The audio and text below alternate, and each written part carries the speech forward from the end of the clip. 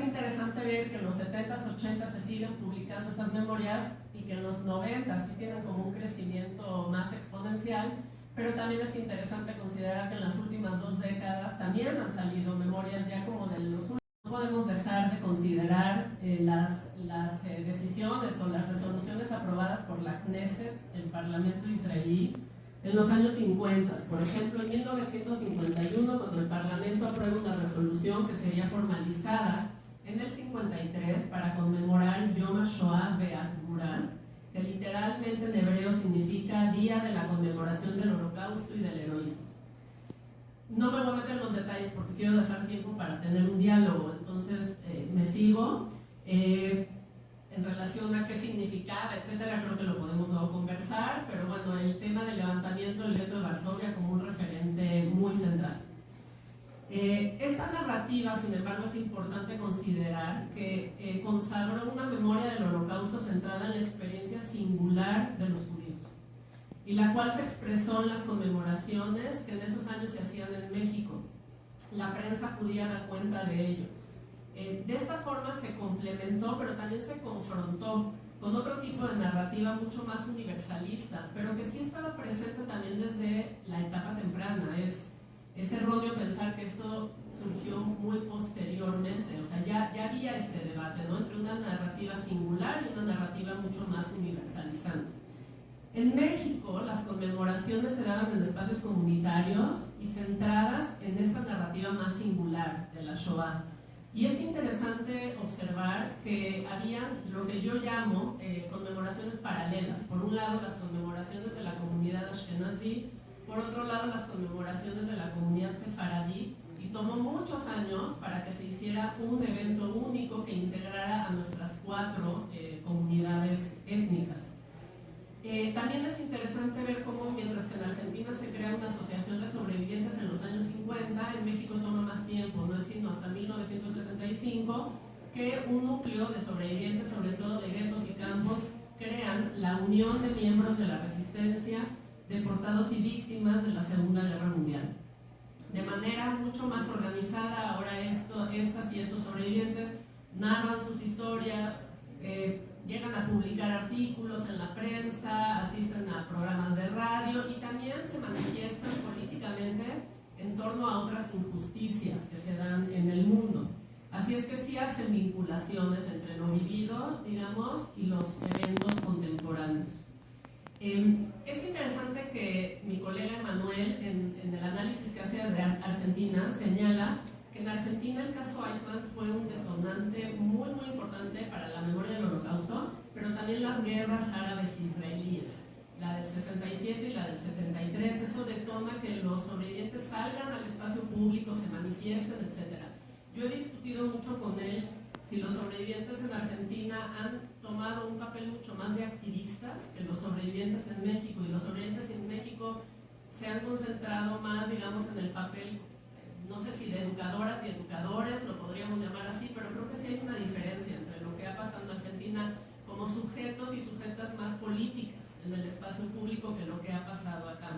Bueno, un punto quizás para reflexionar por qué ha sido diferente, si es que ha sido diferente en los dos países. Bueno, durante este proceso de investigación que sigue en marcha, también encontramos que los museos también han seguido una trayectoria diferente. Me voy a enfocar solo en México. En 1970 se crea el Museo del Holocausto, y este museo también estaba dentro de un espacio comunitario de la comunidad ashkenazí, de la Keilah, y toma varias décadas hasta que se crea Memoria y Tolerancia, que tiene pues otro tenor, que está ubicado en el centro de la Ciudad de México, que le interpela a otro público y que tiene otra narrativa mucho más universalizante que la del Museo del Holocausto. Ahora voy a dar un brinco a los años 90, cuando viene este proyecto testimonial detonado por la película La Lista de Schindler, la creación de la Fundación Shoah, la recolección de testimonios a nivel global. Se recolectaron alrededor de 50,000 testimonios.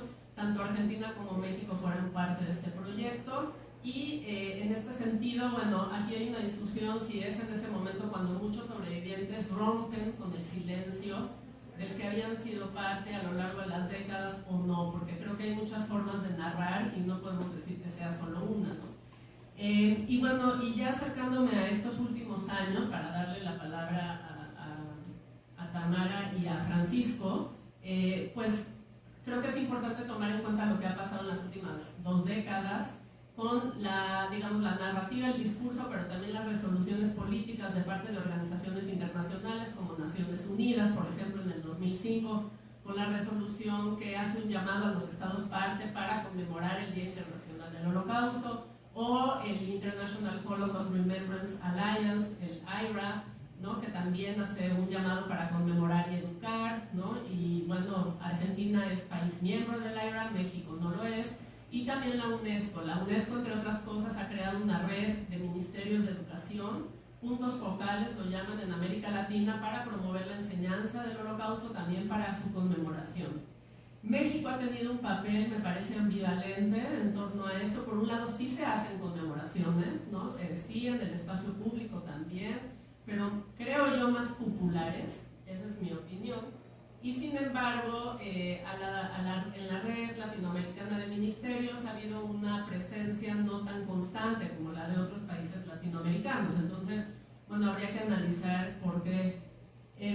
Y lo podemos platicar luego. Y bueno, pues por último, uno de los argumentos que presentamos en este texto es que a pesar de que sí se ha dado una globalización del Holocausto, tenemos que ubicar a estas memorias en su propio contexto nacional, porque pensamos que el contexto nacional incide de manera significativa en la manera en que recordamos este evento histórico. Y ya quisiera terminar nada más con el último proyecto que está en marcha, que es un proyecto también de la Shoah Foundation, que se grabó en el 2020, justo antes de meternos todos en el confinamiento por la pandemia, de Dolly y Julio Botón, y que es este proyecto de New Dimensions in Testimony, que será pues no les gusta llamarlo holograma, pero es un proyecto interactivo, digital, que también estará disponible en México. Ahorita está en un proceso o en un momento de prueba. Y bueno, concluyo con las siguientes preguntas que me gustaría ver también qué piensan ustedes. ¿Cómo construiremos memoria del Holocausto en los años venideros cuando cada vez hay menos sobrevivientes? ¿Será una memoria con la que se conecten otras víctimas de las violencias, por ejemplo las de México? ¿Lograremos cuidar la singularidad judía de la experiencia en el Holocausto al tiempo que interpelemos a un público más amplio? ¿Y qué papel tendrán quizás la segunda y la tercera generación en la construcción de esta memoria? Muchas gracias.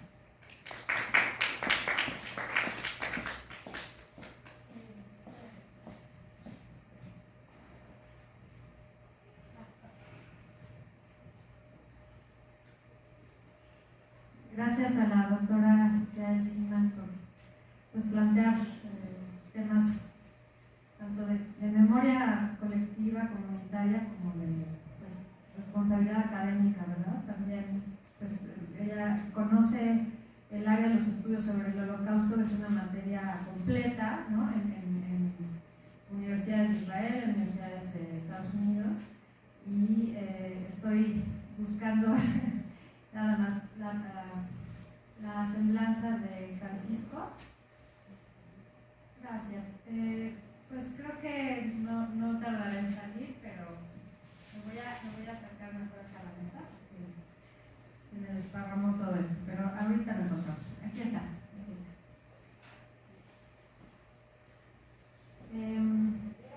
El profesor Francisco Javier Acosta es licenciado en Historia por la Facultad de Estudios Superiores Acatlán, UNAM, maestro en Historia Internacional por el Centro de Investigación y Docencia Económicas, el CIDE, autor del cuaderno de investigación número 6, Segunda Época, el Estado de Israel a través de las caricaturas de la voz sionista, de 2013, la prensa Yiddish en México, 1932-1945, y la prensa transnacional, fundamentos para una metodología histórica, Arnulfo Uriel de Santiago Gómez, coordinador, en el año 2020.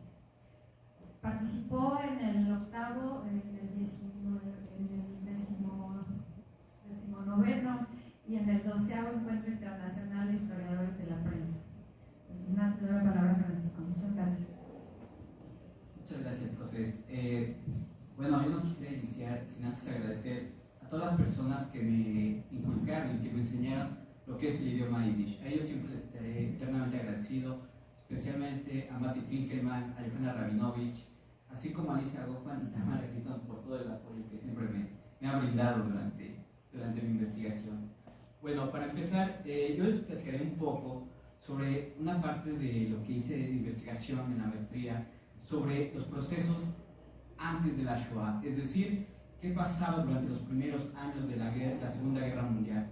Pues si bien la historiografía tradicional comenta que en el 41 es cuando inicia la Shoah a través de la movilización de los Einsatzgruppen, lo cierto es de que en el 39 ya empezaba a haber estas bajas judías en el frente de batalla que abrió Alemania y Rusia durante el tratado de Molotov-Ribbentrop. Lo cierto es que tanto Rusia como Alemania empezaron a invadir los territorios ocupados de Polonia y que poco a poco las poblaciones shtetl se vieron afectadas. Esto inevitablemente ocasionó que algunos guerrilleros y parte del ejército polaco de origen judío se involucraran dentro de estas participaciones. A lo que pronto le interesó esto a la prensa yiddish de México. En especial voy a hablar del Der Weg, El Camino, y Die Stimme, que son periódicos que heredaron parte de una lucha ideológica que venía del Alterheim. Como les había comentado, el 2 de septiembre, justamente un día después de haber iniciado la guerra, Der Weg publica Europa en llamas. Hitler inició la guerra. Mientras que Die Stimme, por su parte, comentaba que la guerra era inevitable y que pronto toda Europa se iba a convertir en cenizas. Esta expectativa daba mucho de qué hablar, pues ellos sí creían que el evento se pudo haber acrecentado fácilmente. Sin embargo, no solamente era este tipo de visión, pues Der Weg comentaba que ellos sí esperaban una solución diplomática y una solución pacífica. De hecho, incluso en sus comentarios, llegó a mencionar el Der Weg que el inicio de la guerra o la Segunda Guerra Mundial era como la Ciudad de México, con distintos climas durante los días y que estaban los nervios a punta de pie, pues no sabían si iba a temblar o que iba a caer una bomba. Curiosamente, ¿no? En septiembre estamos hablando. Y de hecho, no es casualidad que Der Weg también comentara que pronto habría una necesidad de crear ayudas, ¿no? Esto es algo muy importante, pues si bien desde la Guerra Civil Española, parte que también abordo, comentaban la necesidad de crear estos conductos de salida, ¿no? Pues si bien los fascismos iban acrecentando, era la necesidad de que los distintos judíos salieran y era urgente. Por lo tanto, Die Stimme, por su parte, comentaba que esto no era tan fácil, ¿no? Que realmente ellos proponían que existiera una forma, ¿no?, de evitar que el Alterheim y la cuna de estos movimientos socialistas judíos tendrían que defenderse. Sin embargo, muy poco se pudo hacer y de hecho el editorial del Die Stimme menciona que el hogar del mundismo y de otros socialismos estaba siendo arrasada por las bombas que Hitler aventaba diariamente. No solamente los periódicos comentaban eso, sino que a través de la gráfica acusaban tanto a Hitler como a Stalin de dos tiranos que se acercaban a tierras que después de mucho tiempo se había conformado el Estado de Polonia, iban a ser arrasadas nuevamente por estos dos personajes, e incluso a Stalin se le menciona de falso mesías.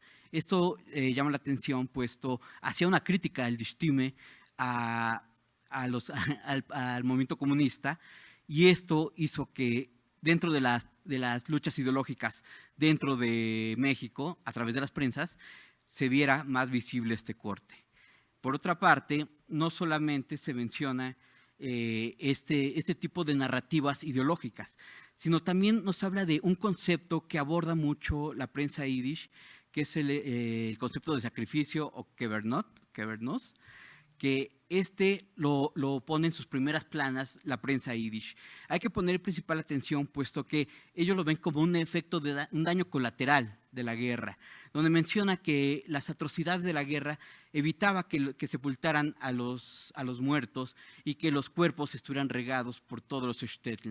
Llama la atención también de que no solamente se habla de muerte, sino se hablaba de una organización y que la necesidad de crear guerrillas. Esto para mí fue algo importante, pues si bien esta narrativa o imaginario que se ha dibujado de que el holocausto es algo inevitable, ¿no? O sea, que hubo cierta pasividad, pero no, ahora lo sabemos, y que desde el 39 ya empezó a haber este tipo de movimientos y de reacciones, ¿no? De resistencias. También quiero hacer una breve cita, puesto es importante saber cómo era relatado las noticias en ese entonces, que esto viene principalmente de una de las fuentes periodísticas, cito. Berlín informa que tras el último acuerdo entre Rusia soviética y Alemania, hubo 83,000 judíos de Galicia que actualmente viven en Alemania, se trasladaron a Rusia soviética, y los judíos gallegos pueden llevar consigo parte de sus propios bienes cuando se trasladarán a territorio soviético al este de Galicia. Aquí hay que poner atención, pues no solamente nos está platicando de la parte de la guerra, sino esta movilización ya que es conocido como las deportaciones, ¿no? E incluso la narrativa que se manejó es que dentro de estas deportaciones el argumento era a través y se repetía a través de la prensa yiddish que esto fue para controlar los casos de tifos, de cólera y de otras enfermedades. Todo a través de antiguas construcciones que eran empalizadas, que eran llamadas shertas, que es el nombre que se le daban a los rusos para que tuvieran este control poblacional. Por otra parte, llama la atención que figuras intelectuales y de los jefes editoriales también participaron en estos diretes en contra del fascismo. Me refiero principalmente a Rosenberg y a Rubinstein, que a lo largo de las editoriales acusaban constantemente no solamente a los alemanes, sino también a los aliados, se les llegó a criticar, ¿no? por su pasividad y por su propia falta de participación. Ya para no quitar el tiempo a Tam, pues quisiera mencionar qué tanto se sabía del conflicto, ¿no? Qué tanto la prensa yiddish informaba a sus correligionarios. Y esto es algo muy importante, puesto que a través de la prensa, este tipo de prensa, se pueden rescatar los testimonios, las vivencias y una realidad en la que México y el judío mexicano estaba en contacto con Europa. Gracias.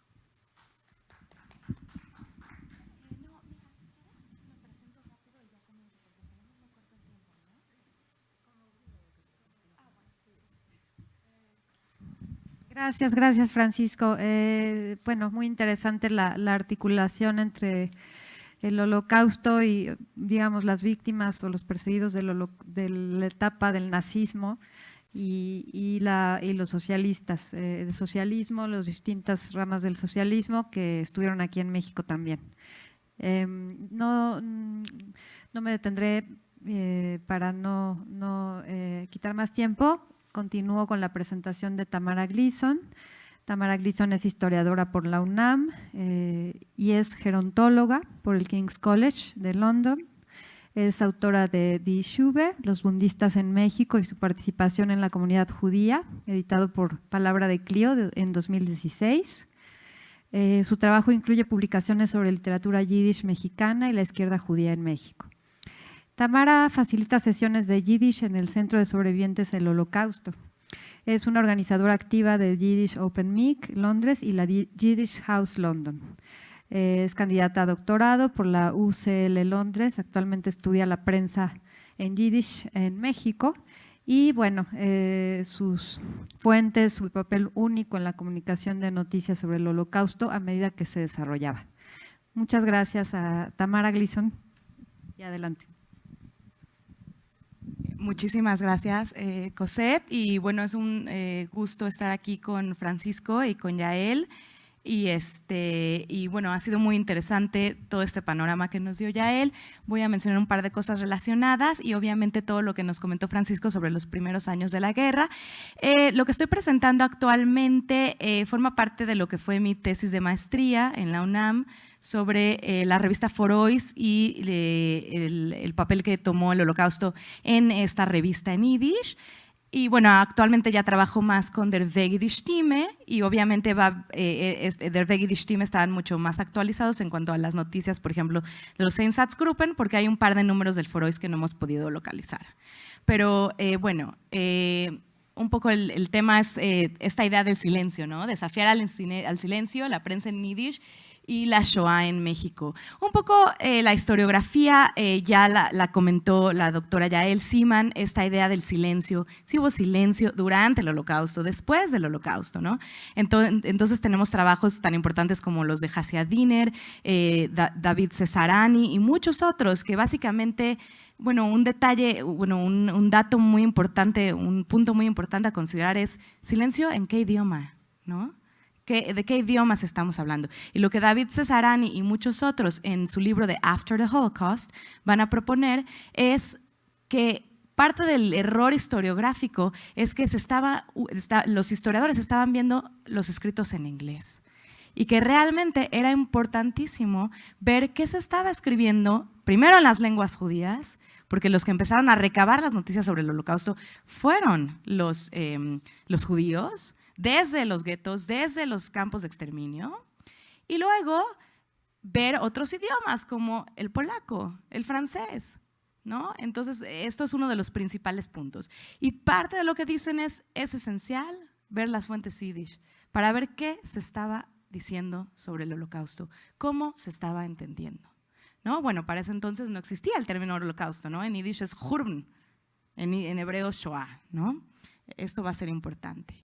Y una de las cosas que planteo yo en esta tesis de maestría, que bueno, ahora ya una sección, la sección que tiene que ver con las noticias sobre la Shoah, sobre el Hurban, ya se publicó este año en Judaica Latinoamericana y tiene que ver precisamente con la difusión de las noticias, ¿no? Y un poco la idea de no hubo silencio en México. Podemos ver aquí varios libros, ¿no?, en Yiddish que hablan precisamente sobre el Holocausto. Tenemos Atlie unter die Sterne de Fein, tenemos Von Warschau bis Shanghai en 1948, Still soll sein es poesía en el caso de Berliner, Eisen, das geistige Poning von Ghetto, ¿no? En 50, A que sei es Erd, poesía también de Glanz. Y aquí tenemos 3 sobrevivientes de esta lista, ¿no? Tenemos obras de teatro en Yiddish durante el Holocausto y posteriormente también, ¿no? Y obviamente algo que ya se comentó sobre las conmemoraciones del levantamiento del gueto de Varsovia y sobre la resistencia. Bueno, y la pregunta aquí sería, ¿qué noticias tenían en México sobre el Holocausto? Francisco ya hizo una muy buena presentación sobre los primeros años y bueno, ¿qué es la historiografía sobre el Holocausto en México, ¿no? Pero bueno, una de las cosas que comenté es el idioma es fundamental para entender las fuentes y muchas de estas fuentes primarias, no todas, tenemos que tomar en cuenta también el ladino y muchas otras lenguas, bueno, judías como el judío griego, etcétera, ¿no? Pero un material considerable va a estar en Yiddish y bueno, esto ya es de archivos, me voy a saltar esa parte. Y bueno, de prensa Yiddish en México, por supuesto está Der Weg, está Die Stimme, está un Tribune, Freiwelt, que Nati Gurbich ha analizado bien también. Y yo para esta presentación me enfoco en el Forois. Y bueno, tenemos muchos periódicos de la década de 1930 a los 40, tenemos 39 libros en Yiddish en esa época y 15 revistas. Y muchas de estas revistas van a estar hablando de la Shoah, ¿no? Bueno, me voy a saltar a esta parte que tiene que ver con el rol del Yiddish para los migrantes judíos y bueno, muy brevemente es fundamental para entender lo que estaba pasando con la comunidad, pero también tiene un rol importante en cuanto a la creación de lazos comunitarios, a la integración del país, presentar al lector Yiddish a México, presentarles a México y bueno, también para que continuaran debates ideológicos que habían sido comenzados en el Alterheim en Europa, ¿no? Y lo que propongo también es que es una de las formas en las que se difundían noticias y en las que se empezaba a elaborar qué significaba el Jurben, qué significaba el Holocausto para la comunidad local de México, ¿no? Es una de las plataformas en las que se va a discutir cuáles son las implicaciones de la destrucción de nuestro centro cultural para nuestro quehacer como judíos en México. Y bueno, básicamente lo que analicé fue el Forois, analicé todas las revistas que pude encontrar de 1940 a 1947. Se hablan de como 1.137 artículos, de los cuales 226 hablan específicamente sobre el Holocausto. Los demás artículos también hablan sobre el Holocausto, pero no de manera tan específica. Y bueno, estos son varios temas que trata la revista que no voy a elaborar. Tiene una sección que se llama Faktum Meinungen, que es una sección que les envía al Jewish Labor Committee, que tiene que ver con las noticias sobre el Holocausto. Y empiezo una cita. Esto es el Forois publicando en septiembre de 1942. Y comienzo la cita. Esta es una traducción mía del Yiddish. Todos los días el telegrama trae noticias terribles de las matanzas nazis de judíos mediante armas de fuego y gases venenosos, sobre la muerte masiva de los guetos por hambre y epidemias, sobre nuevas prohibiciones bestiales. El representante del Bund en Estados Unidos recibió noticias directas del movimiento subterráneo en Polonia sobre las masacres nazis. Estas son descripciones que congelan la sangre. Los judíos, se refieren en este caso a los Sonderkommandos, fueron obligados a enterrar los cuerpos de las ejecuciones nazis mediante las cámaras venenosas. Muchas veces tenían que enterrar a sus padres, mujeres y niños. 3 de los enterradores judíos lograron mediante un milagro salvarse y huyeron. Gracias a ellos se enteraron del secreto, donde desaparecen los miles de judíos que son sacados de los guetos supuestamente para ser enviados a otros lugares. Y en este caso se refieren a Chelmno, uno de los primeros campos de exterminio.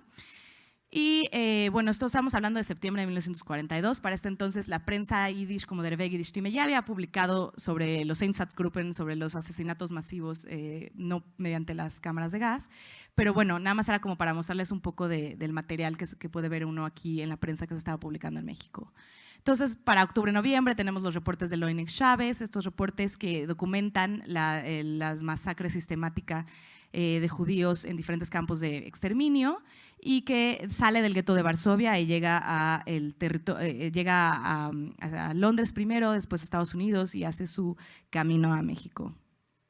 Pero tenemos también data muy específica sobre, por ejemplo, censos sobre muertes en el gueto de Varsovia, números de cuánta gente ha muerto, cuánta gente ha sido asesinada en otras localidades, ¿no? Y bueno, esta es otra cita sobre el movimiento clandestino en Polonia, que habla sobre las cámaras de gas. Y bueno, obviamente tenemos que en diciembre llegan nuevas noticias sobre la solución final, sobre Treblinka específicamente, hay manifestaciones, esto ya ha sido tratado con anterioridad, pero bueno, algo que es importante tomar en cuenta es las noticias sobre la vida en el gueto, ¿no? También se habla de resistencia cultural, de resistencia espiritual y se empiezan también a publicar testimonios de sobrevivientes. Y esto es no estamos hablando todavía ni de 1945 y se están publicando estos testimonios que habían hecho su camino fuera de Europa ocupada. Y uno de los temas que también van a ser muy importantes en esta revista y que van a tener un papel muy importante en las discusiones sobre la Shoah en México es la importancia del levantamiento del gueto de Varsovia. Aquí vemos un número conmemorativo del levantamiento del gueto de Varsovia. El dibujo que podemos ver es de Yoni Fine, ¿no? Esto ya es 1947, si no me equivoco, y es un número exclusivo sobre el levantamiento del gueto de Varsovia, con escritos especiales al respecto. Ahora, hay toda una idea de qué es la irrupción del Jurben, ¿no? Ese es el término que van a usar los judíos ashkenazim, Jurben, el gran desastre. Tiene que ver con toda la idea de la destrucción del primer templo, del segundo templo. Y bueno, hay toda una discusión de cómo se tiene que recordar. Y hay discusiones en la prensa de cómo se tiene que recordar, qué es lo que tenemos que hacer, ¿no?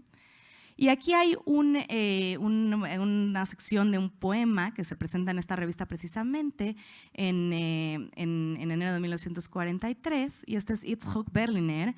Esto posteriormente se publicó como Still soll sein, pero este es un libro este es un poema que se llama Vendrá el día del juicio final. Esta es una traducción también mía y leo rapidísimamente. Bueno, mejor me salto esta, pero bueno, está hablando también sobre la Shoah, sobre las bombas y etcétera, ¿no?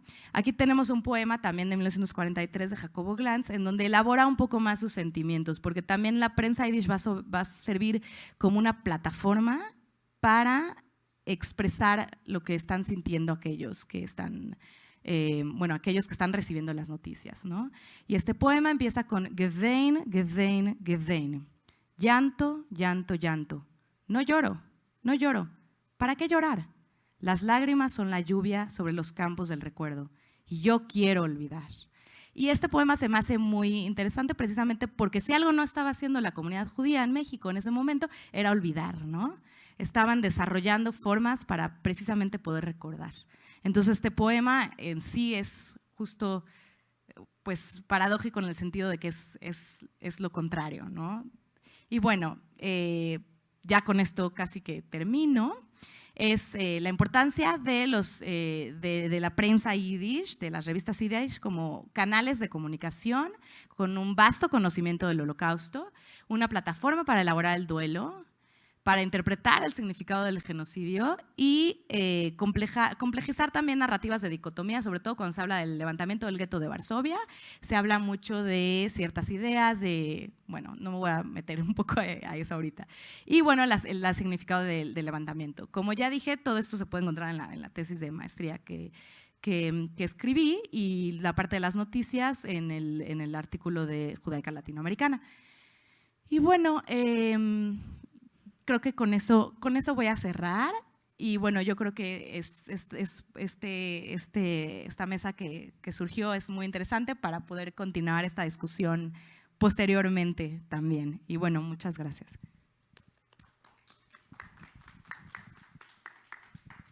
Gracias, Tamara. Sí, pues nos das información muy interesante y muy importante de ese momento y de…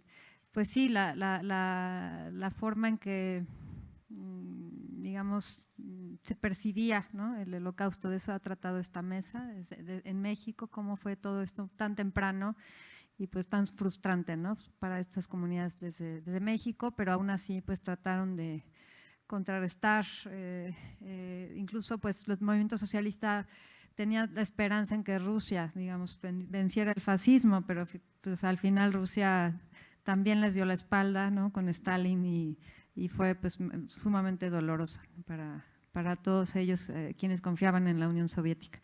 Bueno, muchas gracias.